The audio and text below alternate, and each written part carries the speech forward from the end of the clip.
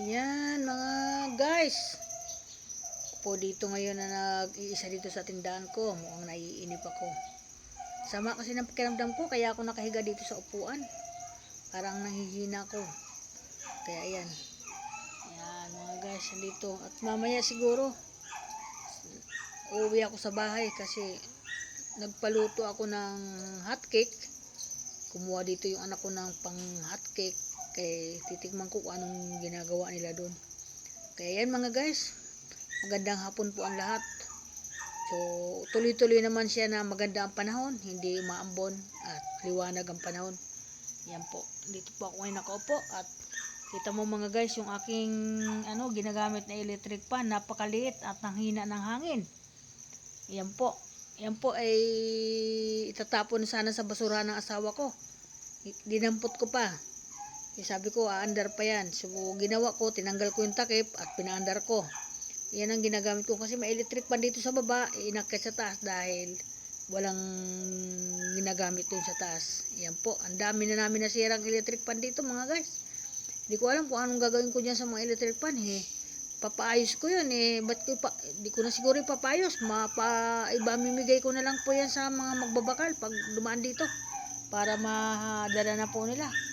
Kaya masakip na po dito yung aking bahay sa mga gamit. Kaya hindi ko na ipapagawa yan. Papamigay ko na lang po yan. So bahala na. Kaya yan, welcome to my vlog ngayong hapon. Yan, gusto ko matulog, hindi makatulog. Tumayo uli ako kasi ang late lang ng hinihigang ko. Ayan maliit lang po yung aking hinihigaan dito. Ayan lang po, nahihirapan ako makaunat. Ayan, upuan lang po yan. Ayan, ito yung po yung aking inuupuan dito. Kaya po ako naghihiga-higa. Kaya yung asawa ko, nandun sa bahay, tulog, pagod siguro sa pagtitinda. Kasi nagtinda siya kanina. Kaya okay, magandang hapon, muli. Ingat po ang lahat, sa lahat ng mga idol, mga bossing, sa lahat ng mga follower. Sana lagi lang po tayo mag-ingat. At ang mga anak ko, mag-ingat din kayo mga anak. Yan. Yan mga guys. Napaka ng aking, alam mo ba, hindi ako nakaligo. Kasi nilamig ako. Sabi ko hindi ko kaya. Yan. Nagpunas na lang ako ng katawan ko.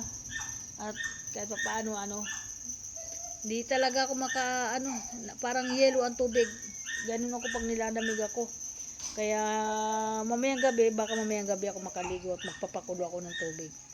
Ayan, makakaligo ako niyan pag may kulo. Ayan, magandang umaga sa lahat.